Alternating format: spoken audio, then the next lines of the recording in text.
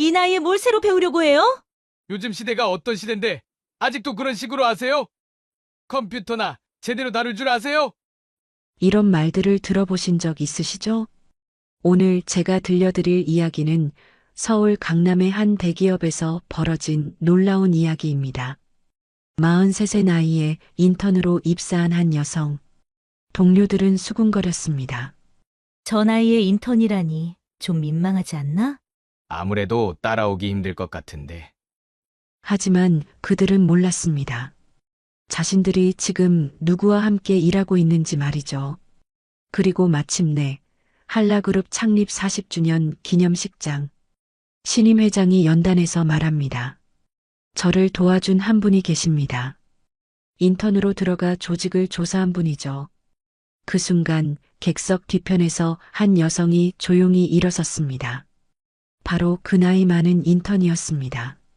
저는 단순한 인턴이 아니었습니다. 과연 그녀의 정체는 무엇이었을까요? 왜 회장 며느리가 인턴으로 위장했을까요? 그리고 한 달간 그녀를 무시했던 동료들은 어떤 반응을 보였을까요? 지금부터 들려드릴 이 믿기 힘든 이야기, 끝까지 들으시면 정말 통쾌한 반전과 함께 존중이라는 가치의 진정한 의미를 깨닫게 되실 겁니다. 그 전에 잠깐 구독과 좋아요 눌러주시면 큰 힘이 됩니다. 영상 속 인물과 장소는 가명으로 재구성하였습니다. 43세 나이에 인턴이 된다는 건 어떤 기분일까요? 아침 7시 반 거울 앞에서 검은색 정장을 차려입으며 그런 생각이 들었습니다. 오늘부터 저는 한라그룹 본사 기획관리팀의 막내 인턴 서유진이 되는 거죠. 20대 신입사원들 사이에서 말입니다. 지하철 2호선을 타고 강남역으로 향하는 동안 창밖 풍경을 바라보며 마음을 정리했어요. 이건 단순한 취업이 아니라 작전이니까요. 남편 도연이 한라그룹 신임 회장으로 취임하기 전에 시아버님인 이범석 회장님께서 저에게 특별한 임무를 맡기셨거든요. 조직의 진짜 모습을 파악하라고 하셨습니다. 서류상으로는 완벽해 보이는 이 회사의 실제 문화와 인물들을 직접 경험해 보라는 뜻이었죠. 한라그룹 본사 로비에 들어서니 대리석 바닥이 반짝거리고 천장이 높아서 웅장함이 느껴졌어요. 하지만 곧 엘리베이터 안에서 직원들의 시선을 받으며 현실을 마주했습니다. 저분 오늘 입사하는 인턴 아닌가요? 맞네요. 근데 나이가 속삭이는 소리가 들렸죠. 43세 인턴, 분명 화제거리가 될 만했습니다. 기획관리팀에 도착해서 팀장님께 인사를 드렸어요. 안녕하세요. 오늘부터 인턴으로 일하게 된 서유진입니다. 팀장님은 어색한 미소를 지으며 저를 맞아주셨고 다른 팀원들은 호기심 어린 눈빛으로 저를 바라봤습니다. 특히 문예린 대리와 정민규 대리의 시선이 인상적이었어요. 뭔가 탐탁지 않다는 표정이었죠. 제 자리는 팀 한 구석 작은 책상이었습니다. 컴퓨터도 구형이고 의자도 삐걱거렸어요. 하지만 이게 바로 제가 원했던 위치였죠. 여기서 모든 걸 관찰할 수 있으니까요. 첫날부터 복사 업무를 맡았는데 다들 인턴이니까 당연하다는 식으로 반응했습니다. 저는 묵묵히 복사기 앞에 서서 수백 장의 서류를 정리했어요. 그러면서 지나가는 직원들의 대화, 업무 처리 방식, 팀 내 분위기를 세심하게 파악했습니다. 점심시간이 되자 한재민 과장님이 다가와서 유진 씨, 같이 식사하실래요? 라고 물어보셨어요.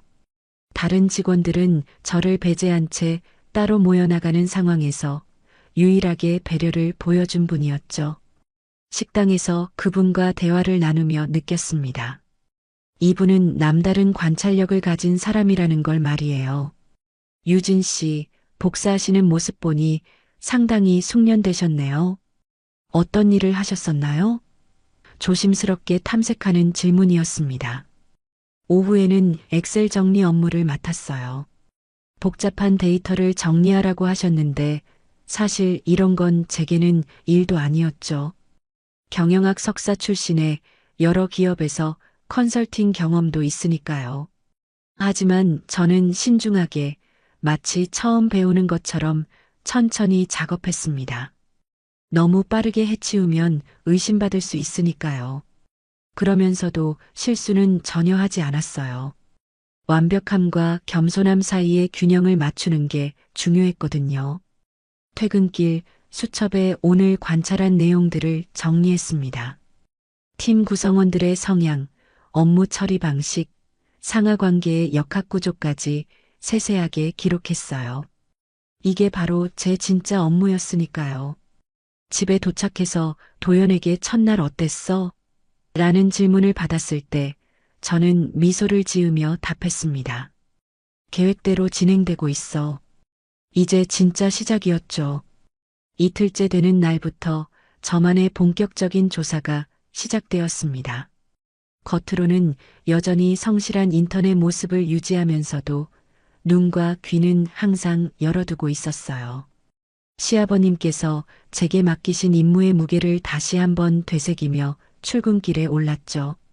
한라그룹의 미래를 좌우할 수도 있는 중요한 정보들을 수집해야 했거든요. 오전 9시 팀 회의가 있었습니다.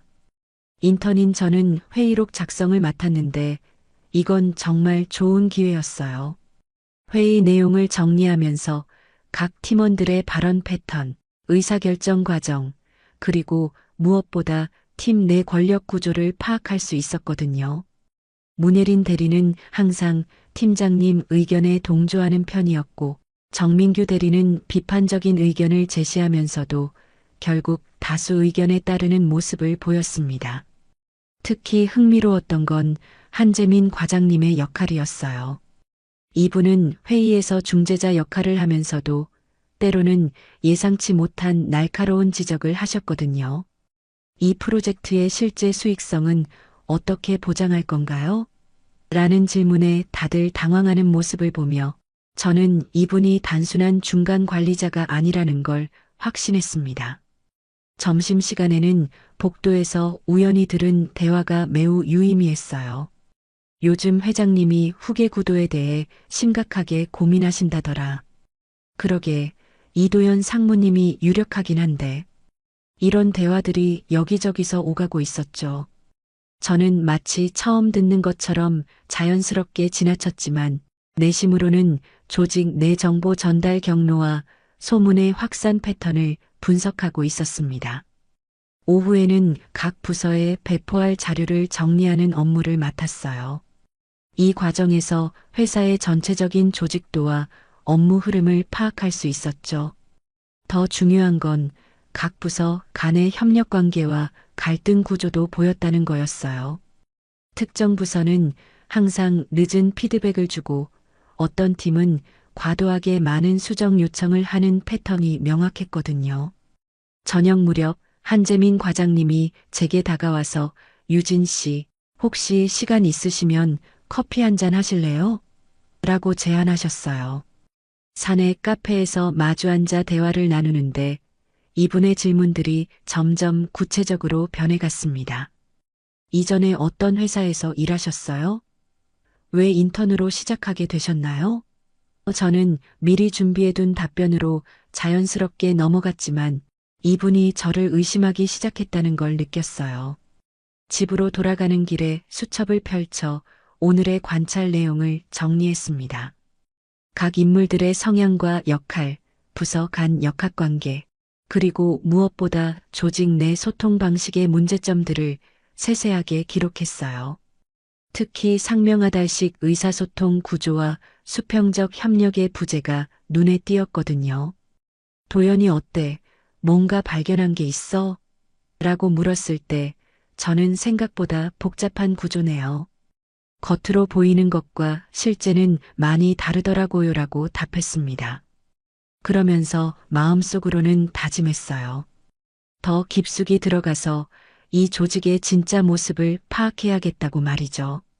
아직 시작일 뿐이었지만 벌써 흥미로운 발견들이 많았거든요. 매일 저녁 시아버님께 간단한 보고서를 이메일로 전송했어요. 물론 아무도 모르게 개인 계정을 통해서 말이죠. 조직 내 소통 구조의 경직성과 세대 간 갈등 요소 발견이라는 제목으로 오늘의 관찰 내용을 요약해서 보냈습니다. 이런 정보들이 쌓여서 결국 한라그룹의 미래를 결정하는 중요한 자료가 될 거라고 확신했어요. 셋째 주가 되자 분위기가 확연히 달라지기 시작했습니다. 문혜린 대리와 정민규 대리의 태도, 변화가 특히 눈에 띄었어요. 처음엔 그냥 나이 많은 인턴이라고 무시하는 정도였는데 이제는 뭔가 의도적으로 저를 곤란하게 만들려는 느낌이 들었거든요. 월요일 아침 출근하자마자 문혜린 대리가 저에게 다가왔습니다. 유진 씨, 이 엑셀 파일 좀 정리해 주세요. 급한 거라서 오늘 중으로 끝내야 해요. 파일을 받아보니 데이터가 엉망진창이었어요. 중복된 항목들, 빈 칸들, 그리고 명백히 잘못 입력된 숫자들까지 일부러 이렇게 만든 게 분명했죠. 하지만 저는 당황하지 않았습니다. 오히려 기회라고 생각했어요. 이런 상황에서 제가 어떻게 대처하는지 보여줄 수 있는 좋은 기회였거든요. 차근차근 데이터를 분석해서 패턴을 찾아내고 오류들을 하나씩 수정해 나갔어요. 점심시간도 건너뛰고 작업에 몰두했습니다. 오후 4시쯤 완성된 파일을 문혜린 대리에게 가져다 드렸어요. 확인해 보시고 수정할 부분 있으면 말씀해 주세요. 대리님은 의외라는 표정으로 파일을 열어보더니 점점 놀라는 기색을 감추지 못했습니다. 제가 단순히 오류만 수정한 게 아니라 데이터 분석까지 해서 유의미한 인사이트를 추가로 정리해뒀거든요. 이거 어떻게 이렇게 빨리 하셨어요? 대리님의 목소리에는 당황스러움이 섞여 있었어요. 그냥 천천히 하나씩 해보니까 되더라고요. 저는 덤덤하게 답했지만 사실 속으로는 이분의 반응을 주의 깊게 관찰하고 있었습니다. 분명히 저를 시험해 본 것이었는데 예상과 다른 결과가 나오자 당황하고 있는 거였죠. 다음 날, 이번에는 정민규 대리가 새로운 도전을 던져왔습니다. 유진 씨, 이번 주 금요일까지 각 부서별 업무 현황 정리해 주세요. 자료는 직접 각 부서에 가서 받아오셔야 해요. 이것도 명백한 함정이었어요. 인턴이 각 부서를 돌아다니며 자료를 요청한다는 건 거절당하거나 무시당할 가능성이 높은 일이었거든요. 하지만 저에게는 오히려 조직 전체를 둘러볼 수 있는 절호의 기회였습니다. 각 부서를 방문하면서 저는 정중하고 겸손한 태도로 업무를 처리했어요. 안녕하세요. 기획관리팀에서 나온 인턴 서유진입니다. 업무 현황 자료 부탁드립니다. 대부분의 직원들이 처음에는 의아해했지만 제가 정확히 무엇이 필요한지 알고 있고 불필요한 시간을 낭비하지 않는다는 것을 알게 되자 협조적으로 변했어요. 특히 인상적이었던 건 영업팀 방문이었습니다. 김선호 팀장님이 인턴분이 이런 걸 직접 다니면서 하시네요. 요즘 신입들은 이런 일 시키면 싫어하는데 라고 말씀하시면서 오히려 필요 이상으로 자세한 자료를 주셨어요. 저는 이런 반응들도 모두 수첩에 기록했습니다. 각 부서의 문화와 리더십 스타일을 파악할 수 있는 소중한 정보들이었거든요. 목요일 저녁 한재민 과장님이 제게 직접적인 질문을 던지셨어요. 유진 씨, 솔직히 말씀드리면 궁금한 게 있어요. 정말 단순히 인턴으로 일하시려고 여기 오신 건가요? 저는 잠시 망설이다가 과장님은 왜 그렇게 생각하세요? 라고 되물었습니다. 글쎄요, 일 처리하는 방식이나 상황 파악 능력이 보통 인턴 수준을 넘어서는 것 같아서요. 이분의 눈빛이 예사롭지 않다는 걸 느꼈어요. 하지만 아직 정체를 드러낼 때는 아니었죠. 그냥 이전 회사에서 경험이 좀 있어서 그런 것 같아요. 나이도 있고 하니까 최대한 성실하게 하려고 해요.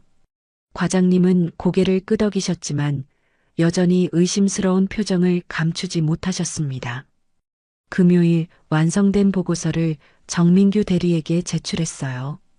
각 부서별 현황뿐만 아니라 부서 간 협업 구조, 업무 효율성 분석, 그리고 개선 방안까지 포함된 종합적인 보고서였습니다. 대리님은 보고서를 받아들고는 한동안 말을 잇지 못했어요. 분명히 저를 난처하게 만들려던 의도였는데 오히려 기대 이상의 결과물이 나온 거였거든요. 그날 저녁 집에서 지금까지의 관찰 내용을 종합 정리했습니다. 조직 내 견제와 시험, 그리고 그에 대한 반응들. 이 모든 게 한라그룹의 실제 문화를 보여주는 중요한 증거들이었어요. 시아버님께 보내는 주간 보고서에 조직 내 비공식적 권력, 구조와 신입자에 대한 검증 시스템 분석 완료라는 제목을 달았습니다. 점점 핵심에 다가가고 있다는 확신이 들었어요. 넷째 주 월요일 사무실 분위기가 이상했습니다. 평소보다 웅성거리는 소리가 많았고 제가 지나갈 때마다 대화가 뚝 끊어지는 느낌이었어요. 뭔가 좋지 않은 일이 벌어지고 있다는 직감이 들었죠. 오전 10시쯤 정민규 대리가 몇몇 동료들과 함께 복도에서 수군거리는 모습을 목격했습니다. 아무래도 이상하지 않아? 저 나이에 인턴이라니. 맞아. 그리고 일 처리하는 걸 보면 뭔가 숨기는 게 있는 것 같아. 제가 복사를 하러 가는 길에 들린 대화였어요. 저는 아무렇지 않은 척했지만 상황이 심각해지고 있다는 걸 알 수 있었습니다. 의심의 씨앗이 조직 전체로 퍼져나가고 있었거든요. 화요일 오후 결정적인 순간이 왔습니다. 정민규 대리가 팀 전체가 모인 자리에서 혹시 우리 팀에 감시자가 있는 건 아닐까요? 라고 대놓고 말했어요. 순간 사무실이 조용해졌고 모든 시선이 저에게 집중되었습니다. 무슨 말씀이세요? 한재민 과장님이 당황하며 물었지만 분위기는 이미 돌이킬 수 없을 정도로 험악해져 있었어요. 생각해보세요. 43세 인턴으로 들어온다는 게 말이 되나요?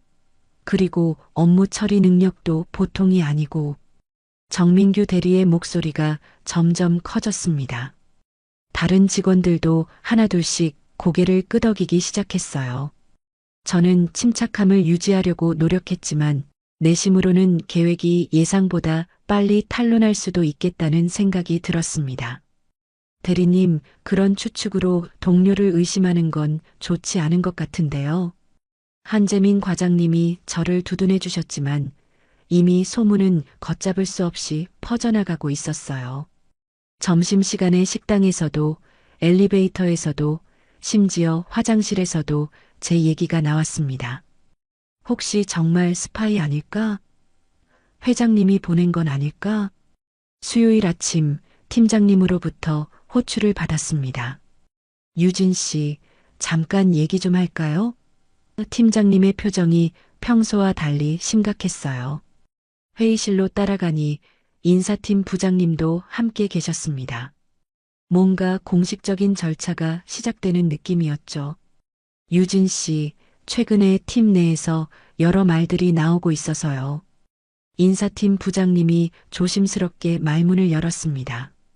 인턴으로서 부적절한 행동이나 업무 범위를 벗어난 일들을 하고 있다는 제보가 들어왔습니다. 저는 가슴이 두근거렸지만 침착하게 답했어요. 구체적으로 어떤 부분인지 말씀해 주시겠어요? 각 부서를 돌아다니며 과도하게 세밀한 정보를 수집하고 업무 일지를 따로 작성하고 있다는 내용입니다. 팀장님의 목소리에는 안타까움이 섞여 있었어요. 아마 저를 좋게 봐주셨던 것 같은데 이런 상황이 되어서 난처하셨던 거죠. 그리고 무엇보다 인터넷 신분으로는 접근하기 어려운 정보들을 너무 쉽게 파악하고 있다는 점이 문제가 되고 있습니다. 저는 잠시 고민했어요. 이 시점에서 진실을 말해야 할까? 아니면 끝까지 연기를 계속해야 할까? 하지만 이미 의심이 확산된 상황에서 더 이상 숨기는 것도 의미가 없을 것 같았습니다. 부장님, 제가 정말 조직에 해를 끼치는 일을 했나요? 되려 저는 질문을 던졌어요. 그런 건 아니지만 부장님이 망설이셨습니다. 하지만 인턴 계약서에 명시된 업무 범위를 벗어났다는 건 사실이죠. 그리고 무엇보다 팀 내 화합을 해치고 있습니다. 결국 핵심은 조직의 안정성이었어요. 제가 아무리 좋은 의도였다고 해도 조직에 혼란을 가져왔다면 그것만으로도 문제가 되는 거였죠. 목요일 오후 최종 통보를 받았습니다. 유진 씨, 인턴 계약을 조기 종료하기로 결정했습니다. 인사팀 부장님의 말씀이었어요. 물론 특별한 잘못을 한 건 아니지만 현재 상황으로는 계속 근무하기 어려울 것 같습니다. 저는 고개를 끄덕였어요. 사실 예상했던 결과였거든요. 개인 물건들을 정리하면서 한재민 과장님이 다가왔습니다. 유진 씨, 정말 죄송해요. 제가 더 잘 도와드렸어야 했는데. 과장님의 진심 어린 사과에 마음이 찡했어요. 과장님 잘못이 아니에요. 그리고 저도 많이 배웠어요. 마지막 인사를 나누며 사무실을 나서는데 복잡한 심정이었습니다. 엘리베이터에서 휴대폰을 꺼내 간단한 문자를 보냈어요. 1단계 완료. 계획대로 진행. 수신자는 물론 도연이었죠. 이제 진짜 게임이 시작되는 거였습니다. 지난 한 달간의 관찰과 수집한 정보들이 곧 빛을 발할 때가 올 거예요. 퇴근길 지하철에서 창밖을 바라보며 생각했습니다. 때로는 한 발 물러서는 것도 전략이라고 말이에요. 인턴직에서 물러난 다음 주 집에서 지내며 본격적인 분석 작업에 착수했습니다. 지난 한 달 동안 수집한 모든 정보들을 체계적으로 정리해야 했거든요. 거실 테이블 위에 수첩들과 메모지들을 펼쳐놓고 각 인물별 특성과 조직 내 역학관계를 도표로 만들어가며 최종 보고서를 작성했어요. 무엇보다 중요했던 건 객관적인 분석이었습니다. 개인적인 감정이나 편견 없이 순수하게 조직의 현실을 담아내야 했죠. 문혜린 대리와 정민규 대리가 저를 의심하고 견제했던 것도 사실 조직을 보호하려는 나름의 방식이었을 수 있으니까요. 저는 그들의 행동 패턴과 동기를 분석하며 이런 현상이 나타나는 구조적 원인을 찾아나갔습니다. 특히 흥미로웠던 부분은 한재민 과장님에 대한 분석이었어요. 이분은 다른 직원들과 달리 저를 의심하면서도 끝까지 인간적인 배려를 잃지 않았거든요. 조직 내에서 균형 감각을 가진 중간 리더십의 전형적인 모습이었죠. 이런 인재들이 있다는 것 자체가 한라그룹의 가능성을 보여주는 중요한 요소였습니다. 화요일 저녁 도연과 함께 최종 보고서를 검토했어요. 생각보다 조직 문화가 복잡하네. 도연이 보고서를 읽으며 중얼거렸습니다. 표면적으로는 위계 질서가 뚜렷해 보이지만 실제로는 비공식적인 권력 구조가 더 강력하게 작동하고 있어요. 저는 한 달간의 관찰 결과를 요약해서 설명했죠. 그리고 무엇보다 세대 간 소통의 문제가 심각해요. 기성세대는 경험과 연공 서열을 중시하고 젊은 세대는 효율성과 공정성을 추구하는데 이 둘 사이의 접점을 찾지 못하고 있거든요. 제가 직접 경험한 갈등 상황들을 예시로 들며 설명하니 도연도 고개를 끄덕였습니다. 수요일 오전 시아버님께 최종 보고서를 제출했습니다. 이범석 회장님은 보고서를 꼼꼼히 읽어보시더니 역시 현장에서 직접 경험해봐야 진짜 모습이 보이는구나라고 말씀하셨어요. 특히 중간 관리층의 역할과 신입 직원들에 대한 조직의 반응이 흥미롭네. 회장님의 날카로운 분석에 저도 감탄했습니다. 그런데 유진아, 이제 어떻게 할 생각이니? 시아버님의 질문에 저는 미소를 지었어요. 물론 마지막 단계가 남아있죠. 진짜 변화를 위해서는 공개적인 메시지가 필요하니까요.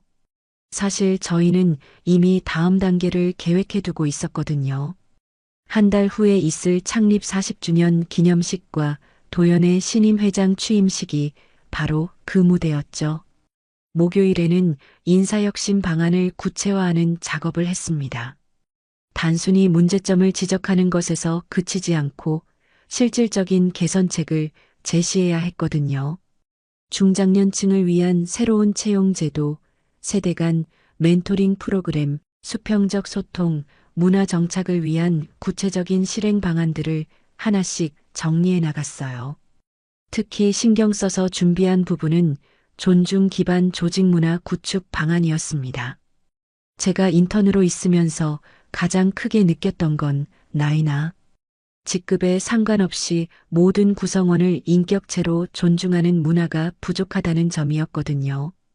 이 부분이 개선되지 않으면 다른 모든 혁신도 의미가 없을 거라고 판단했습니다. 금요일 저녁 한라그룹 본사 건물을 다시 바라보며 복잡한 심정이 들었어요. 한 달 전에는 긴장하며 들어갔던 곳인데 이제는 곧 전혀 다른 신분으로 돌아가게 될 거였거든요. 도연과 함께 근처 카페에서 마지막 점검을 했습니다. 정말 이렇게 하는 게 맞을까? 도연이 조심스럽게 물었어요. 걱정되는 건 당연해요. 하지만 진정한 변화를 위해서는 때로 극적인 방법이 필요하죠. 저는 확신에 찬 목소리로 답했습니다. 그동안 수집한 정보와 분석 결과가 있으니까 단순한 이벤트가 아니라 의미 있는 메시지가 될 거예요. 사실 저도 내심 긴장되었지만 이미 돌이킬 수 없는 지점까지 왔다는 생각이 들었어요. 주말 동안 취임식 연설문을 함께 다듬었습니다. 너무 교훈적이지도 그렇다고 가볍지도 않은 진정성 있는 메시지를 담으려고 노력했어요. 조직의 진짜 모습은 가장 낮은 곳에서 보인다는 문장을 핵심으로 잡고 제가 경험한 현실을 바탕으로 미래 비전을 제시하는 구성으로 만들었습니다. 이제 정말 중요한 순간이 다가오고 있었어요. 한라그룹 창립 40주년 기념식 당일 아침부터 마음이 두근거렸습니다. 오늘은 지난 2달간의 모든 준비가 결실을 맺는 날이었거든요. 검은색 정장을 입고 거울 앞에 서니 한 달 전 인턴으로 첫 출근했던 그날이 떠올랐어요.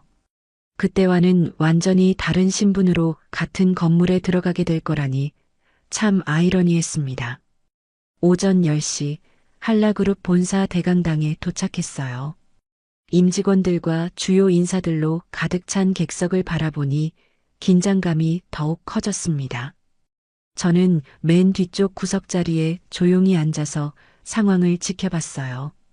무대 위에서는 시아버님인 이범석 회장님이 창립 40주년 기념사를 하고 계셨고 곧이어 도연의 신임 회장 취임 발표가 있을 예정이었죠. 객석에서 기획관리팀 직원들을 발견했습니다. 한재민 과장님, 문혜린 대리, 정민규 대리. 한 달 전까지 함께 일했던 분들이었어요. 이분들은 저를 전혀 의식하지 못하고 있었죠. 당연히 그럴 거예요.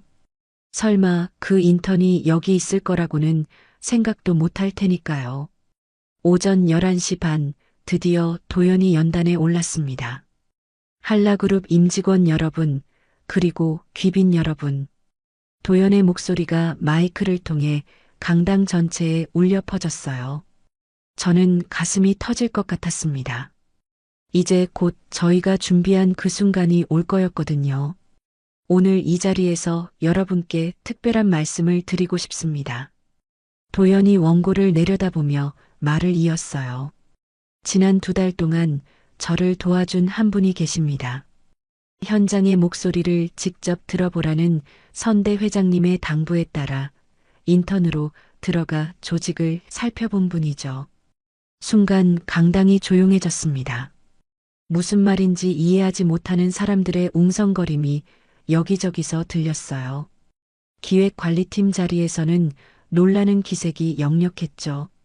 특히 정민규 대리의 얼굴이 창백해지는 게 보였습니다. 그분은 단순한 관찰자가 아니었습니다. 우리 조직의 가장 낮은 곳에서 시작해서 진짜 현실을 경험하고 분석해 주신 분이에요. 도연의 목소리에 힘이 실렸어요. 그리고 무엇보다 중요한 교훈을 남겨주셨습니다. 조직에서 가장 중요한 건 바로 존중이라는 것을 말이죠. 저는 천천히 자리에서 일어났습니다. 수백 명의 시선이 저에게 집중되는 게 느껴졌어요. 걸음걸음마다 심장이 빠르게 뛰었지만 마음은 오히려 차분해졌습니다. 연단 앞까지 걸어가는 동안 객석에서는 술렁거리는 소리가 점점 커졌어요. 여러분께 인사드립니다. 마이크 앞에 서서 말문을 열었어요. 저는 지난 한 달간 기획관리팀에서 인턴으로 일했던 서유진입니다. 순간 강당이 정적에 휩싸였어요. 특히 기획관리팀 직원들의 충격적인 표정이 인상적이었죠. 저는 단순한 인턴이 아니었습니다. 제가 계속 말을 이었어요. 하지만 그 한 달 동안 정말 많은 것을 배웠습니다. 특히 조직에서 가장 중요한 가치가 무엇인지 깨달았죠. 객석의 시선들이 저에게 고정되어 있었어요. 긴장감과 호기심이 뒤섞인 분위기였습니다. 나이든 인턴이라는 이유로 무시받을 때도 있었고 의심받을 때도 있었습니다. 하지만 그 과정에서 깨달은 건 진정한 조직의 힘은 서로를 존중하는 데서 나온다는 것이었어요. 제 목소리가 점점 힘을 얻어갔습니다. 직급이나 나이가 아니라 한 사람 한 사람을 인격체로 대하는 것이 바로 우리가 추구해야 할 가치라고 생각합니다. 문예린 대리와 정민규 대리의 얼굴이 점점 창백해지는 게 보였어요. 아마 지난 한 달간의 일들이 머릿속에서 빠르게 스쳐 지나갔을 거예요. 하지만 저는 그들을 비난하려는 게 아니었습니다. 오히려 이해하고 있었죠. 그들도 나름대로 조직을 지키려 했던 거니까요. 앞으로 한라그룹은 모든 구성원이 존중받는 조직이 되어야 합니다. 저는 마지막 메시지를 전했어요. 나이나 경력, 직급에 상관없이 모든 사람의 가치를 인정하고 서로에게서 배울 수 있는 그런 조직 말이에요. 박수가 터져 나왔습니다. 처음에는 조심스럽게, 그러다가 점점 더 큰 박수로 바뀌어 갔어요. 연단에서 내려오는 길에 한재민 과장님과 눈이 마주쳤습니다. 그분의 눈에는 놀라움과 동시에 뭔가 이해했다는 표정이 담겨 있었어요. 아마 지난 한 달간의 의문들이 모두 풀렸을 거예요. 저는 그분께 가볍게 고개를 숙여 인사했습니다. 이제 모든 게 시작이었어요. 취임식이 끝난 후 며칠 뒤 한라그룹 경영혁신실장으로 정식 발령을 받았습니다. 한 달 전 인턴으로 나왔던 그 건물에 이제는 임원으로 들어가게 된 거죠. 첫 출근 날 엘리베이터에서 만난 직원들의 시선이 예전과는 완전히 달랐어요. 호기심과 경외감, 그리고 약간의 긴장감이 뒤섞인 복잡한 표정들이었습니다. 경영혁신실은 한라그룹 본사 15층에 새로 마련된 공간이었어요. 밝고 개방적인 분위기의 사무실이었는데 기존의 전통적인 임원실과는 완전히 다른 느낌이었죠. 유리벽으로 되어 있어서 안과 밖이 훤히 보였고 회의 테이블도 원형으로 배치되어 있었습니다. 위계보다는 소통을 중시하겠다는 메시지를 공간 자체로 표현한 거였어요. 첫날 오후 기획관리팀 전체와 미팅을 가졌습니다. 한재민 과장님이 팀을 이끌고 혁신실로 올라왔는데 모두들 어색한 표정이었어요. 특히 문예린 대리와 정민규 대리는 저와 눈도 제대로 마주치지 못하고 있었죠. 한 달 전의 일들이 머릿속에서 맴돌고 있을 거예요. 안녕하세요. 다시 인사드립니다. 제가 먼저 말문을 열었어요. 지난 한 달 동안 함께 일하면서 많은 것을 배웠습니다.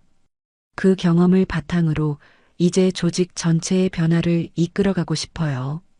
저는 최대한 자연스러운 목소리로 이야기했지만 여전히 어색한 분위기는 가시지 않았습니다. 실장님, 정민규 대리가 조심스럽게 입을 열었어요. 저희가 그때 정말 죄송했습니다. 목소리가 떨리고 있었죠. 문예린 대리도 고개를 푹 숙이고 있었고요. 저는 그들의 마음이 이해되었어요. 자신들이 얼마나 부끄러워하고 있을지 말이에요. 대리님들, 고개 들어보세요. 저는 부드럽게 말했어요. 사과할 일이 아니에요. 오히려 저는 여러분들 덕분에 더 많은 걸 배울 수 있었거든요. 조직이 어떻게 작동하는지, 사람들이 변화를 어떻게 받아들이는지 말이에요. 그제서야 두 사람이 천천히 고개를 들었습니다. 무엇보다 여러분들이 조직을 지키려고 했던 마음은 충분히 이해해요. 제가 계속 말했죠. 다만 앞으로는 지키는 방식을 바꿔보면 어떨까요? 의심과 견제가 아니라 포용과 소통으로 말이에요. 한재민 과장님이 고개를 끄덕이며 그렇게 하겠습니다라고 답하셨어요. 그날부터 본격적인 조직 혁신 작업이 시작되었습니다. 첫 번째 프로젝트는 중장년 인턴 제도 도입이었어요. 경력 단절 여성이나 은퇴 준비자들에게 새로운 기회를 제공하는 동시에 조직에는 풍부한 경험과 다양한 관점을 가져다주는 제도였죠. 처음에는 반대 의견도 많았지만 제 경험을 바탕으로 한 설득력 있는 프레젠테이션으로 경영진의 동의를 얻어낼 수 있었어요. 두 번째는 수평적 소통 문화 정착 프로그램이었습니다. 직급에 상관없이 아이디어를 자유롭게 제안할 수 있는 시스템을 만들고 정기적인 크로스 멘토링을 통해 세대 간 이해를 높이는 프로그램이었어요. 특히 젊은 직원들이 시니어들에게 디지털 기술을 가르치고 시니어들이 젊은 직원들에게 업무 노하우를 전수하는 쌍방향 멘토링이 큰 호응을 얻었습니다. 한 달 후 문예린 대리가 제게 찾아왔어요. 실장님, 저희 팀에 새로 들어온 50대 인턴분이 계시는데요. 정말 많은 도움이 되고 있어요. 대리님의 얼굴에는 진심 어린 미소가 떠 있었습니다. 처음에는 어색했는데 지금은 오히려 저희가 더 많이 배우고 있어요. 정민규 대리도 변화했어요. 실장님 덕분에 생각이 많이 바뀌었습니다. 나이나 경력보다는 그 사람의 진정성이 더 중요하다는 걸 깨달았어요. 그러면서 자신도 새로운 프로젝트에서 다양한 연령대의 팀원들과 협업하는 것을 즐기고 있다고 했습니다. 가장 기뻤던 순간은 한재민 과장님과의 대화였어요. 실장님, 처음부터 뭔가 다르다고 생각했는데 이런 결과가 될 줄은 정말 몰랐습니다. 과장님이 웃으며 말씀하셨어요. 하지만 지금 생각해보니 당연한 결과였던 것 같아요.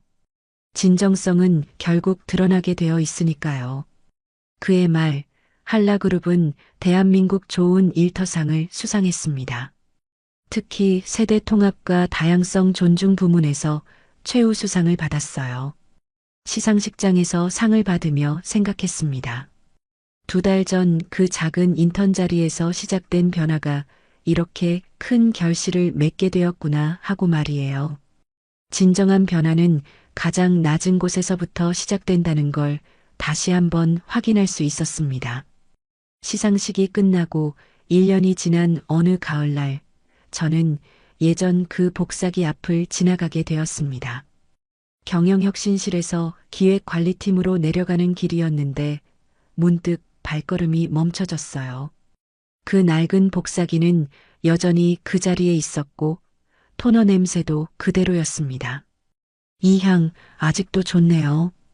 혼자 중얼거리며 미소를 지었어요. 그때 뒤에서 목소리가 들렸습니다. 실장님, 무슨 생각을 그렇게 깊게 하세요? 돌아보니 한재민 차장님이었어요. 최근에 승진하셨거든요. 아, 그냥 예전 생각이 나서요. 여기서 처음 복사를 했던 날 말이에요. 차장님도 복사기를 바라보며 그때가 벌써 1년 전이네요라고 감회 깊게 말씀하셨습니다. 기획관리팀 사무실에 들어서니 활기찬 분위기가 느껴졌어요. 예전과는 확연히 달라진 모습이었죠. 젊은 직원들과 중장년 인턴들이 자연스럽게 어울려 일하고 있었고, 나이에 상관없이 서로의 의견을 존중하며 토론하는 모습이 인상적이었습니다. 이런 변화를 보면 마음이 뿌듯해졌어요. 실장님, 안녕하세요. 문혜린 차장님이 밝게 인사했어요. 이분도 최근에 승진하셨죠. 오늘 새로 들어온 인턴분께 오리엔테이션 해드리고 있었어요. 옆에는 50대 후반으로 보이는 여성분이 서 계셨는데 약간 긴장한 표정이었어요. 1년 전 제 모습과 똑같았죠. 안녕하세요. 오늘부터 인턴으로 일하게 된 김영희입니다. 그분이 정중하게 인사하셨어요. 저는 그분의 손을 잡으며 정말 환영해요. 여기서 좋은 경험 많이 하시길 바라요라고 말씀드렸습니다. 그러면서 속으로는 이분도 분명 처음에는 어색하고 힘들겠지만 곧 적응하실 거야 라고 생각했어요. 정민규 차장님이 다가와서 실장님, 김영희 선생님은 이전에 중소기업에서 회계 업무를 오래 하셨거든요. 저희 팀에 정말 큰 도움이 될 것 같아요라고 소개해 주셨습니다. 예전 같으면 나이 많은 인턴이라고 수군거렸을 텐데 이제는 경험 많은 동료로 받아들이고 있었죠. 이런 변화가 가장 기뻤어요. 오후에는 전 직원 대상 원래 회의가 있었습니다. 한라그룹의 새로운 비전과 성과를 공유하는 자리였는데 무엇보다 직원들의 표정이 밝아진 게 눈에 띄었어요. 예전처럼 경직된 분위기가 아니라 자유롭고 활기찬 모습이었죠. 회의 중간에 젊은 직원이 질문을 하거나 시니어 직원이 경험담을 나누는 모습도 자연스러웠어요. 올해 우리 회사의 가장 큰 성과는 매출 증가나 시장 점유율 확대가 아닙니다. 도연이 연단에서 말했어요. 바로 사람을 존중하는 조직 문화를 만들어낸 것입니다. 이것이야말로 우리의 지속 가능한 경쟁력이죠. 박수가 터져나왔고 저도 자연스럽게 박수를 쳤습니다. 회의가 끝나고 집으로 향하는 길, 지하철 창문에 비친 제 모습을 바라봤어요. 1년 전과는 확연히 달라진 모습이었죠. 그때는 불안하고 긴장된 표정이었는데 지금은 만족스럽고 평온한 미소를 짓고 있었어요. 정말 많은 변화가 있었구나 하는 생각이 들었습니다. 도연과 함께 저녁을 먹으며 그동안의 일들을 되돌아봤어요. 생각해보니 정말 극적인 일이었네. 도연이 웃으며 말했습니다. 한 달 인턴 생활이 이런 큰 변화를 가져올 줄 누가 알았겠어? 저도 때로는 가장 작은 시작이 가장 큰 변화를 만들어내는 것 같아요라고 답했죠. 그런데 정말 후회 없어? 도연이 진지하게 물었어요. 그때 얼마나 힘들었는데. 저는 잠시 생각해 보다가 전혀 후회 안 해요. 오히려 그 경험이 있었기에 지금의 변화가 가능했던 거죠라고 대답했습니다. 정말 진심이었어요. 집에 돌아와서 침대에 누우며 창밖을 바라봤습니다. 도시의 불빛들이 반짝이고 있었는데 마치 희망의 메시지 같았어요. 한라그룹에서 시작된 변화가 다른 기업들에도 퍼져나가고 있다는 소식을 들었거든요. 중장년층 재취업 지원, 세대 통합 프로그램, 존중 기반 조직 문화. 이런 것들이 하나의 트렌드가 되어가고 있었죠. 마지막으로 수첩을 펼쳐 오늘의 감상을 적었습니다.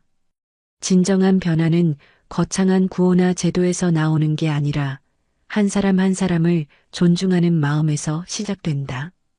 그리고 그 변화는 반드시 전체로 퍼져나간다. 펜을 놓으며 생각했어요. 저의 작은 도전이 이렇게 많은 사람들에게 희망이 되었다는 것이 정말 뿌듯하다고요. 이제 새로운 꿈이 생겼어요. 한라그룹의 변화가 대한민국 전체 기업 문화의 변화로 이어지는 것을 보는 것입니다. 모든 직장에서 나이나 경력에 상관없이 서로를 존중하고 모든 사람이 자신의 가치를 인정받을 수 있는 그런 세상을 만드는 것. 그것이 바로 제가 꿈꾸는 미래였어요. 그리고 그 꿈은 분명 현실이 될 거라고 확신했습니다. 오늘도 귀한 시간 내어 끝까지 시청해주신 구독자 여러분 진심으로 감사드립니다. 오늘의 이야기가 마음을 울렸다면 구독과 좋아요, 댓글 부탁드립니다. 여러분, 혹시 학창시절 괴롭힘을 당해본 적 있으신가요? 그 아픈 기억들, 시간이 지나도 쉽게 지워지지 않죠. 오늘 제가 들려드릴 이야기는 강북구 한 초등학교 급식실에서 벌어진 믿기 힘든 복수와 정의의 이야기입니다. 41살 정서연. 새벽 5시 반부터 급식실 바닥을 걸레로 닦는 평범한 조리보조 직원으로 보였습니다. 하지만 그날 복도에서 들려온 날카로운 목소리가 모든 것을 바꿔놓았죠. 저 사람 위생검사 제대로 했어요? 이 학교 수준이 이래요? 그 목소리의 주인은 이유라. 학교 운영위원장이자 25년 전 서연을 지옥으로 몰아넣었던 중학교 시절 괴롭힘의 주동자였습니다. 거지 같은 애가 또 뭘 흘렸나? 여전히 똑같은 말투였어요. 하지만 유라는 몰랐습니다. 자신이 지금 누구를 괴롭히고 있는지 말이죠. 서연은 사실 서울시 교육청 인권조사팀 소속. 급식실 갑질 실태를 조사하기 위해 석 달간 위장 근무 중이었거든요. 그런데 예상치 못하게 과거의 가해자와 마주치게 된 것이었습니다.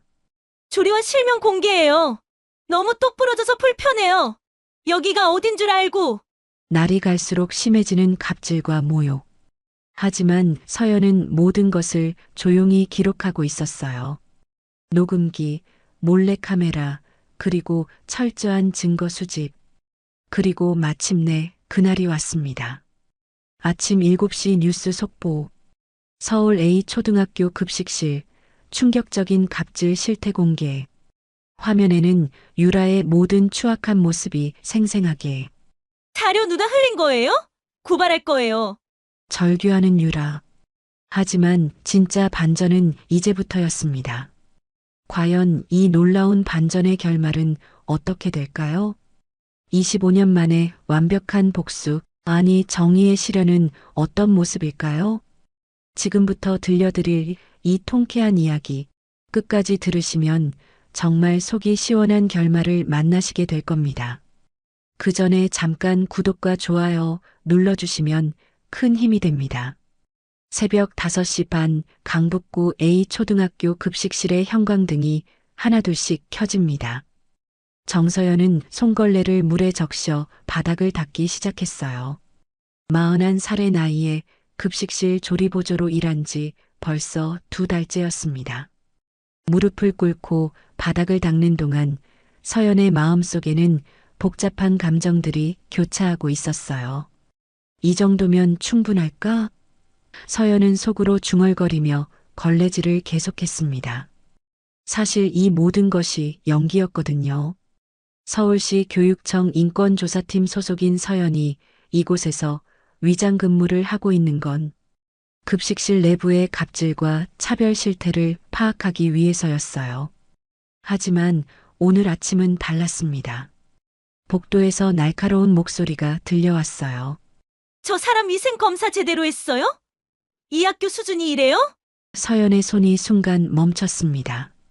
그 목소리를 들은 순간 25년 전 중학교 시절의 기억이 파도처럼 밀려왔거든요.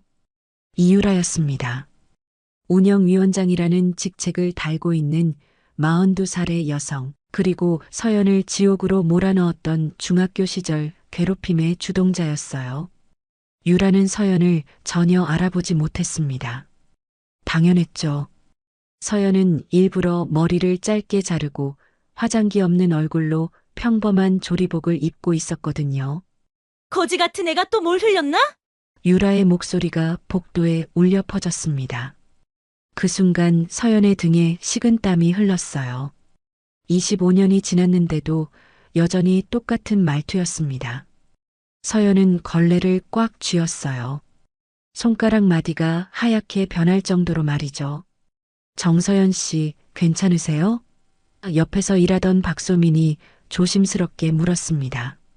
28살의 소민은 급식실에서 가장 막내였고 서연에게 유일하게 따뜻하게 대해주는 사람이었어요. 네, 괜찮습니다. 서연은 억지로 미소를 지었습니다. 하지만 마음속으로는 다짐하고 있었어요. 이번만큼은 절대 당하지 않겠다고. 이번엔 내가 준비된 상태라고 말이죠. 점심시간이 끝나고 급식실이 조용해진 후 서연은 화장실로 향했습니다. 거울 앞에 선 서연의 얼굴은 창백했어요. 찬물로 얼굴을 적시며 깊게 숨을 들이마셨습니다. 진정해, 정서연. 넌 이제 다른 사람이야. 서연은 주머니에서 작은 녹음기를 꺼내 확인했어요. 오늘 아침 유라의 발언이 고스란히 녹음되어 있었습니다. 이것이 바로 서연이 이곳에 온 진짜 이유였거든요. 서울시 교육청 인권조사팀 소속으로 A초등학교 급식실 내부의 갑질과 차별 실태를 조사하기 위해 석 달간 위장 근무를 하고 있는 것이었죠. 하지만 이유라를 마주친 순간 모든 것이 달라졌습니다. 단순한 업무 조사가 개인적인 복수로 변하기 시작한 거예요. 서연은 핸드폰을 꺼내 남편 이도훈에게 메시지를 보냈습니다. 여보, 예상보다 일이 복잡해질 것 같아요. 오늘 저녁에 자세히 얘기할게요. 도훈은 서울교육청 감사팀장으로 서연의 이번 임무를 뒤에서 지원하고 있었어요. 부부가 함께 교육계의 부조리를 바로잡는 일을 하고 있었던 거죠. 하지만 이번만큼은 달랐습니다. 너무나 개인적인 감정이 개입되어 있었거든요. 서연 씨, 어디 계세요? 소민의 목소리가 들려왔습니다. 서연은 서둘러 화장실에서 나와 급식실로 돌아갔어요. 죄송해요. 잠깐 어지러워서요. 서연이 사과하자 소민이 걱정스러운 표정을 지었습니다. 많이 힘드시죠? 여기 처음 오신 분들은 다들 그래요. 특히 어머님들이. 소민이 말끝을 흐렸어요. 그때 조리실장인 최하자가 다가왔습니다. 56살의 화자는 20여 년간 이 급식실을 지켜온 베테랑이었어요. 서연 씨, 오늘 아침 일로 속상하셨죠? 여긴 원래 그런 곳이에요. 너무 신경 쓰지 마세요. 화자의 말에는 체념이 배어 있었습니다. 오랜 시간 이런 일들을 겪어오며 포기한 듯한 톤이었어요. 하지만 서연은 달랐습니다. 이번엔 절대 포기할 수 없었거든요. 화자 선생님, 이런 일이 자주 있나요? 서연이 조심스럽게 물었습니다. 자주요? 매일이죠. 운영위원장님이 오시면 우리는 모두 긴장해야 해요. 언제 뭘로 트집을 잡을지 모르거든요. 화자가 한숨을 쉬었어요. 서연의 마음속에서 복수의 불꽃이 더욱 타오르기 시작했습니다. 유라는 여전히 같은 방식으로 사람들을 괴롭히고 있었던 거예요. 중학교 때처럼 말이죠. 이틀 후 점심시간에 사건이 터졌습니다. 3학년 한 아이가 급식을 먹던 중 갑자기 얼굴이 빨갛게 부어오르기 시작했어요. 알레르기 반응이었습니다. 담임 선생님이 서둘러 아이를 보건실로 데려갔고 곧이어 학부모들의 전화가 빗발치기 시작했어요. 도대체 뭘 넣은 거야? 백민정이 급식실로 쳐들어왔습니다. 44살의 민정은 이유라의 절친이자 학부모회에서 실질적인 권력을 쥐고 있는 인물이었어요. 우리 애들이 먹는 음식에 책임감이 있어야 하는 거 아니야? 서연은 조용히 설거지를 하며 상황을 지켜봤습니다. 화자가 나서서 상황을 진정시키려 했지만 민정의 목소리는 더욱 커졌어요. 조리원 실명 공개해요. 누가 만들었는지 확실히 해야 해요. 민정이 소리쳤습니다. 그 순간 급식실 문이 열리며 이유라가 들어왔어요. 무슨 일이에요? 유라의 목소리는 차갑고 날카로웠습니다. 운영위원장님, 알레르기 사고 났어요. 조리 과정에서 문제가 있었던 것 같아요. 민정이 설명했죠. 유라의 시선이 급식실을 훑어보더니 서연에게 머물렀습니다. 저 사람 신입이죠? 혹시 실수한 거 아니에요? 서연의 심장이 빠르게 뛰기 시작했어요. 하지만 이번엔 위축되지 않았습니다. 저는 오늘 샐러드 담당이었는데 알레르기 유발 재료는 사용하지 않았습니다. 말대꾸하네요. 유라가 눈을 가늘게 뜨며 다가왔어요. 여기 얼마나 된 거예요? 2달 조금 넘었습니다. 서연이 침착하게 대답했습니다. 2달? 그럼 아직 일도 제대로 못하면서 변명부터 하는 거네요. 유라의 말에 민정이 맞장구 쳤어요. 맞아요. 너무 똑부러져서 불편해요. 여기가 어딘 줄 알고. 화자가 서둘러 나섰습니다. 죄송합니다. 제가 제대로 확인 안 했나 봐요.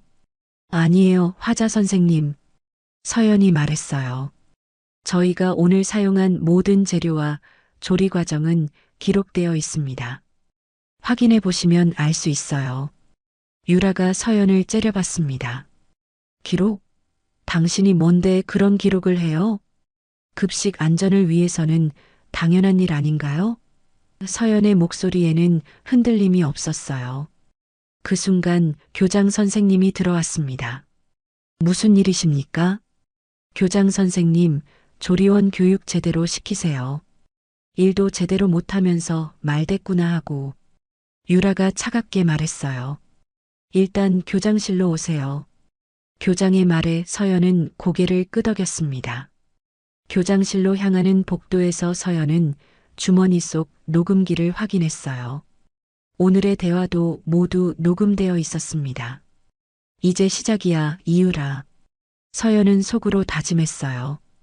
교장실에서 나온 후 서연을 둘러싼 분위기가 확연히 달라졌습니다. 급식실 동료들의 시선이 예전과 달랐어요. 소곤소곤 속닥이는 소리가 들려왔죠. 너무 당당하게 나서는 거 아냐? 한 조리사가 다른 동료에게 귓속말했습니다. 여기서 오래 버티려면 좀 알아서 해야 하는데. 서연은 들은 척하지 않고 묵묵히 일을 계속했어요. 하지만 마음속으론 씁쓸했습니다. 부당한 대우에 맞서는 것이 잘못된 일로 여겨지는 현실이 안타까웠거든요. 점심시간이 지나고 화자가 서연에게 다가왔습니다. 서연 씨, 잠깐 얘기 좀 해요. 두 사람은 급식실 구석진 곳으로 갔습니다. 화자의 표정은 걱정으로 가득했어요. 서연 씨, 조심해요. 여긴 오래 버티기 힘든 곳이에요. 화자가 작은 목소리로 말했습니다. 운영위원장님들이 마음에 안 들어하면 결국 나가게 되거든요. 화자 선생님, 그렇게 계속 참고만 사시는 건가요? 서연이 물었어요. 참는 게 아니라 현실이에요. 우리 같은 사람들이 어디 가서 뭘 할 수 있겠어요? 여기라도 있어야 생활하죠. 화자의 목소리에는 체념이 배어 있었습니다. 그때 소민이 다가왔어요. 선생님들, 뭘 그렇게 심각하게 얘기하세요? 아무것도 아니야. 일 얘기 좀 하는 거지. 화자가 얼버무렸습니다. 하지만 소민은 서연을 유심히 바라봤어요. 서연 씨, 왠지 그냥 조리원은 아닌 것 같아요. 말하는 것도 그렇고 일 처리하는 것도. 서연의 심장이 순간 멈춘 듯 했습니다. 정체가 들킬 뻔한 순간이었어요. 무슨 말씀이세요? 저 그냥 평범한 사람인데요. 아니에요. 뭔가 달라요. 특히 오늘 운영위원장님들한테 대답하는 거 보니까. 소민이 말을 이었어요. 그 순간 급식실로 들어오는 발소리가 들렸습니다. 이유라와 백민정이었어요. 두 사람은 서로 무언가를 주고받으며 대화하고 있었습니다. 정말 이상해. 저 여자 뭔가 수상하지 않아? 민정이 목소리를 낮춰 말했어요. 맞아. 일반 조리원 치고는 너무 똑부러져. 게다가 말하는 것도. 유라가 동의했습니다. 혹시 누가 보낸 거 아냐? 요즘 학교에 이상한 사람들 많이 들어온다던데. 민정의 말에 서연은 등에 식은땀이 흘렀어요. 그럴 수도 있겠네. 조사해 봐야겠어. 유라가 차갑게 말했습니다. 두 사람이 나간 후 급식실은 조용해졌습니다. 하지만 서연은 위기를 느꼈어요. 더 조심해야 할 때가 온 것 같았습니다. 저녁 무렵 서연은 도훈에게 전화를 걸었어요. 여보, 상황이 좀 복잡해지고 있어요. 정체를 의심하기 시작해요. 괜찮을 거야. 우리가 백업하고 있으니까 조금만 더 버텨봐. 도훈의 목소리는 안정적이었습니다. 하지만 서연은 알고 있었어요. 진짜 시험은 이제부터 시작이라는 것을 말이죠. 사흘 후 서연이 가장 두려워했던 일이 벌어졌습니다. 급식실에서 조리용 칼 한 자루가 사라진 거예요. 아침 점검 때는 분명히 있었는데 점심 준비를 하려고 보니 없어진 상태였습니다. 이상하네요. 분명히 여기 있었는데. 화자가 당황하며 이곳저곳을 뒤져봤어요. 그때 이유라가 백민정과 함께 급식실로 들어왔습니다. 마치 미리 알고 있었던 것처럼 말이죠. 무슨 일이에요? 유라가 차갑게 물었어요. 조리용 칼이 하나 없어졌어요. 화자가 떨리는 목소리로 대답했습니다. 칼이 없어졌다고요? 민정이 놀란 표정을 지었어요. 그럼 도난 사건이네요.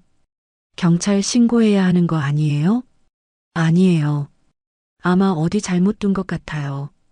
화자가 서둘러 말했지만 유라는 이미 결심한 듯 보였어요. 아니에요. 이건 심각한 문제예요. CCTV를 돌려봐야겠어요. 유라가 단호하게 말했습니다. 특히 신입부터 확인해 봐야죠. 서연의 가슴이 쿵 떨어졌어요. CCTV를 확인하면 자신이 일반 조리원이 아니라는 게 들킬 수 있었거든요. 움직임부터가 다를 테니까요. 운영위원장님, 그냥 조금 더 찾아보시면. 소민이 조심스럽게 말했지만 유라는 고개를 저었어요. 안 돼요. 이런 일은 명확히 해야 해요. 유라의 눈길이 서연에게 꽂혔습니다. 특히 저 사람, 어제부터 행동이 수상했어요. 저요? 서연이 침착하게 반문했어요. 맞아요. 다른 사람들과 달리 너무 당당하다고 생각했는데 혹시 뭔가 숨기는 게 있는 거 아니에요? 민정이 거들었습니다. 화자가 나서려 했지만 유라가 손을 들어 막았어요. 교장 선생님께 말씀드려서 CCTV 확인하겠어요. 그리고 경찰 신고도 하고요. 그 순간 급식실 문이 열리며 민시우가 들어왔습니다. 33살의 시우는 학교 인권 담당 실무자로 서연의 정체를 처음 알아챈 내부 협력자였어요. 무슨 일이신가요? 시우가 상황을 파악하려 했어요. 인권 담당 선생님, 잘 오셨네요. 급식실에서 도난 사건이 발생했어요. 유라가 설명했습니다. 시우는 재빠르게 상황을 정리했어요. 일단 침착하게 처리해보죠. CCTV 확인 전에 한 번 더 자세히 찾아보면 어떨까요? 이미 충분히 찾아봤어요. 민정이 단호하게 말했어요. 하지만 시우가 급식실 한쪽 구석을 뒤지더니 칼을 찾아냈습니다. 여기 있네요. 청소용구 사이에 끼어 있었어요. 유라와 민정의 얼굴이 순간 굳어졌어요. 하지만 이미 서연에 대한 의심의 씨앗은 뿌려진 상태였습니다. 그래도 확인은 해야겠어요. 이런 일이 또 일어날 수 있으니까. 유라가 고집했어요. 그날 저녁 서연은 도훈과 시우에게 연락했습니다. 상황이 위험해지고 있어요. 계속 의심받고 있어요. 조금만 더 버텨. 이제 결정적인 증거들이 모이고 있어. 도훈이 격려했어요. 하지만 서연은 알고 있었어요. 시간이 많지 않다는 것을 말이죠. 그날 밤 서연은 집에서 도훈과 마주 앉아 지난 석 달간 수집한 자료들을 정리했습니다. 테이블 위에는 작은 녹음기들과 USB, 그리고 인쇄된 문서들이 펼쳐져 있었어요. 이 정도면 충분해 보이는데? 도훈이 녹음 파일들을 확인하며 말했어요. 서연은 고개를 저었습니다. 아직 부족해요. 결정적인 순간이 필요해요. 이유라가 완전히 무너질 만한. 서연아, 너무 감정적으로 접근하는 거 아니야? 이미 충분한 증거가 있잖아. 도훈이 걱정스러운 표정을 지었어요. 이건 복수가 아니라 교육이에요. 제대로 보여줄 거예요. 서연의 목소리는 단단했습니다. 이유라뿐만 아니라 그런 식으로 사람을 대하는 모든 사람들에게요. 서연은 컴퓨터를 켜고 영상 편집 프로그램을 열었어요. 지난 석 달간 몰래 촬영한 영상들과 녹음 파일들을 하나씩 확인했습니다. 이유라가 조리사들을 모욕하는 장면, 백민정이 비인간적인 언행을 하는 모습, 그리고 다른 학부모들이 갑질하는 순간들이 생생하게 기록되어 있었어요. 이 영상 정말 충격적이네. 도훈이 한 파일을 보며 한숨을 쉬었습니다. 어떻게 사람이 저럴 수 있지? 이게 현실이에요. 매일 일어나는 일이고요. 서연이 쓸쓸하게 말했어요. 화자 선생님 같은 분들은 20년 넘게 이런 걸 견뎌온 거예요. 서연은 가장 충격적인 장면들을 선별해서 하나의 파일로 편집했습니다. 음성도 깨끗하게 정리하고 자막도 넣었어요. 보는 사람이 상황을 정확히 이해할 수 있도록 말이죠. 작업을 마친 후 서연은 민시우에게 암호화된 메시지를 보냈습니다. 내일 점심시간에 만나요. 중요한 자료가 있어요. 다음 날 점심시간 서연은 시우와 학교 뒤편 조용한 곳에서 만났어요. USB를 건네며 말했습니다. 이 안에 모든 게 들어있어요. 영상, 음성, 문서까지. 익명 제보자로 언론에 제공해 주세요. 시우가 USB를 받으며 물었어요. 정말 괜찮으세요? 이거 공개되면 여기 있을 수 없어요. 괜찮아요. 애초에 석 달 계획이었거든요. 서연이 미소를 지었어요. 그리고 이제 더 이상 숨어 있을 이유가 없어요. 언제 공개할까요? 내일이요. 명일 아침 뉴스에 나갈 수 있게 해주세요. 서연의 목소리는 확신에 찼어요. 그날 저녁 서연은 마지막으로 급식실을 정리했습니다. 소민이 다가와서 말했어요. 서연 씨, 내일도 같이 일해요. 어머님들이 뭐라고 해도 신경 쓰지 마세요. 서연은 소민의 손을 잡았어요. 고마워요, 소민 씨. 정말 고마웠어요. 왜 그렇게 말해요? 무슨 일 있어요? 소민이 걱정스럽게 물었어요. 아니에요. 그냥 감사하다는 말이에요. 서연이 웃으며 대답했습니다. 집으로 돌아가는 길, 서연은 마음이 한결 가벼워짐을 느꼈어요. 이제 정말 마지막 순간만 남았거든요. 다음 날 아침 7시 서연이 집에서 아침 뉴스를 켜는 순간이었습니다. 앵커의 목소리가 또렷하게 들려왔어요. 긴급 단독 보도입니다. 서울 강북구 어초등학교 급식실에서 벌어진 충격적인 갑질 실태가 공개됐습니다. 화면에는 서연이 몰래 촬영한 영상들이 나오기 시작했어요. 이유라가 조리사들에게 거지 같다고 말하는 장면, 백민정이 너희 같은 사람들이 뭘 안다고라며 모욕하는 모습이 생생하게 방송됐습니다. 도대체 뭘 넣은 거야? 우리 애들이 먹는 음식에 책임감이 있어야 하는 거 아니야? 민정의 목소리가 화면을 통해 흘러나왔어요. 서연의 핸드폰이 울리기 시작했습니다. 도훈이었어요.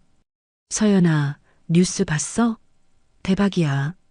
포털 사이트 실시간 검색어 1위에 올랐어. 정말요? 서연이 컴퓨터를 켜서 확인해 봤어요. 과연 어초등학교 갑질, 급식실 모욕 같은 키워드들이 순위권을 차지하고 있었습니다. 한편 어초등학교에서는 난리가 났어요. 이유라가 교장실로 뛰어들어갔습니다. 교장 선생님, 이게 뭐예요? 누가 이런 걸 몰래 촬영한 거예요? 유라의 목소리는 떨리고 있었어요. 진정하세요, 운영위원장님. 일단 상황 파악부터. 교장이 말했지만 유라는 이미 이성을 잃은 상태였어요. 자료 누가 흘린 거예요? 찾아내서 고발할 거예요. 유라가 소리쳤습니다. 그때 백민정이 교장실로 들어왔어요. 얼굴이 창백했습니다.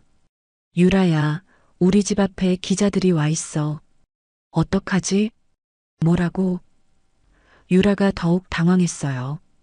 급식실에서는 조리사들이 뉴스를 보며 놀라고 있었습니다. 화자가 눈물을 흘리며 말했어요. 이제야 사람들이 알겠네요.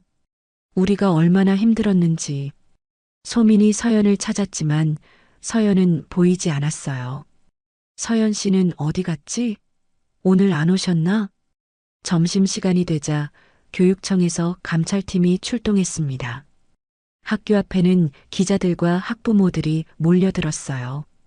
운영위원 사퇴하라. 갑질 학부모 퇴출. 현수막을 든 학부모들의 목소리가 학교 앞을 가득 채웠습니다. 유라는 변호사와 함께 긴급회의를 했어요. 누군지 찾아내서 명예훼손으로 고소할 거예요. 몰래 촬영한 것부터가 불법이잖아요. 하지만 내용 자체는 사실 아닌가요? 변호사가 조심스럽게 물었어요. 그게 중요한 게 아니에요. 몰래 촬영한 게 잘못된 거라고요.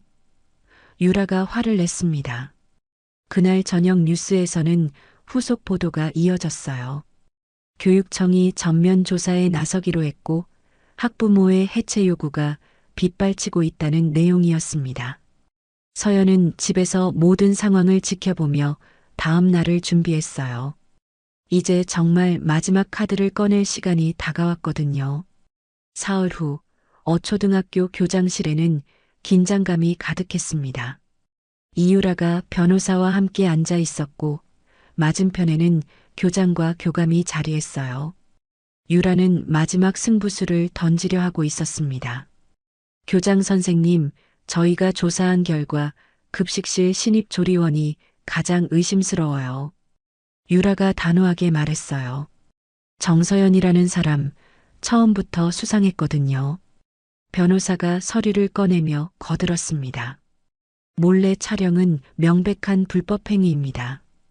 고발장을 접수할 예정이에요. 그런데 정서연 씨는 어디 계시나요? 며칠째 출근을 안 하시던데. 교장이 물었어요. 그럼 더욱 확실하잖아요. 도망간 거예요. 유라가 흥분하며 말했습니다. 그 순간 교장실 문이 열렸어요. 이도훈이 교육청 관계자 2명과 함께 들어왔습니다. 그리고 그 뒤로 서연이 따라 들어왔어요. 하지만 이번엔 조리복이 아닌 정장을 입고 있었습니다. 죄송합니다. 늦었나요? 도훈이 정중하게 인사했어요. 유라가 서연을 보자마자 얼굴이 굳어졌습니다. 당신이 정서연이군요. 드디어 나타났네요. 서연이 자리에 앉으며 명함을 꺼냈어요. 정서연입니다. 서울시 교육청 인권조사팀 소속이고요. 뭐라고? 유라의 목소리가 떨렸어요. 석 달간 이 학교 급식실에서 위장 근무를 하며 갑질과 차별 실태를 조사했습니다. 서연이 차분하게 설명했어요. 교장과 교감이 놀란 표정을 지었습니다. 그럼 처음부터?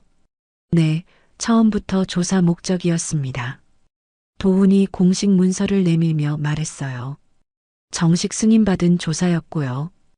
유라가 서연을 뚫어져라 쳐다봤어요. 뭔가 익숙한 느낌이 들기 시작했거든요.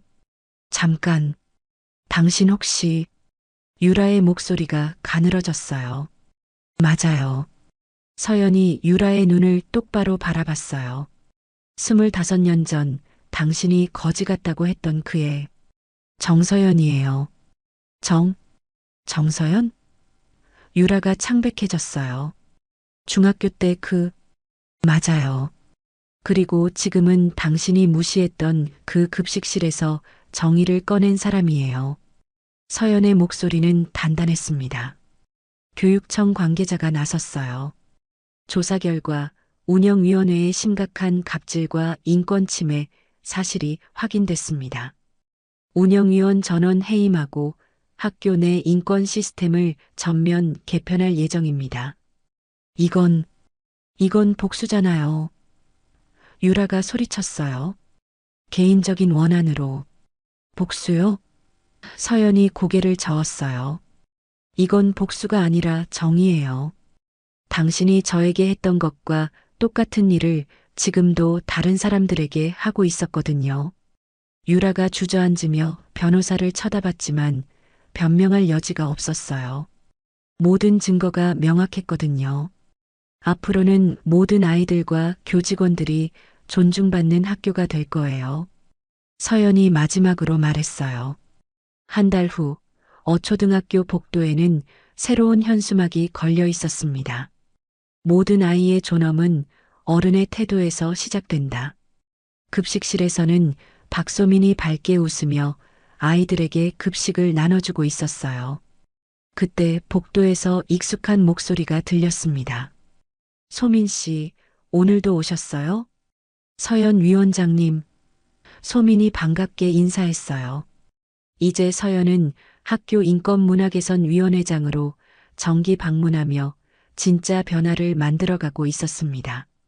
복도를 걸으며 서연은 미소를 지었어요. 정의는 결국 승리한다는 것을, 그리고 모든 사람은 존중받을 자격이 있다는 것을 증명해낸 순간이었거든요. 오늘도 귀한 시간 내어 끝까지 시청해주신 구독자 여러분 진심으로 감사드립니다. 오늘의 이야기가 마음을 울렸다면 구독과 좋아요, 댓글 부탁드립니다.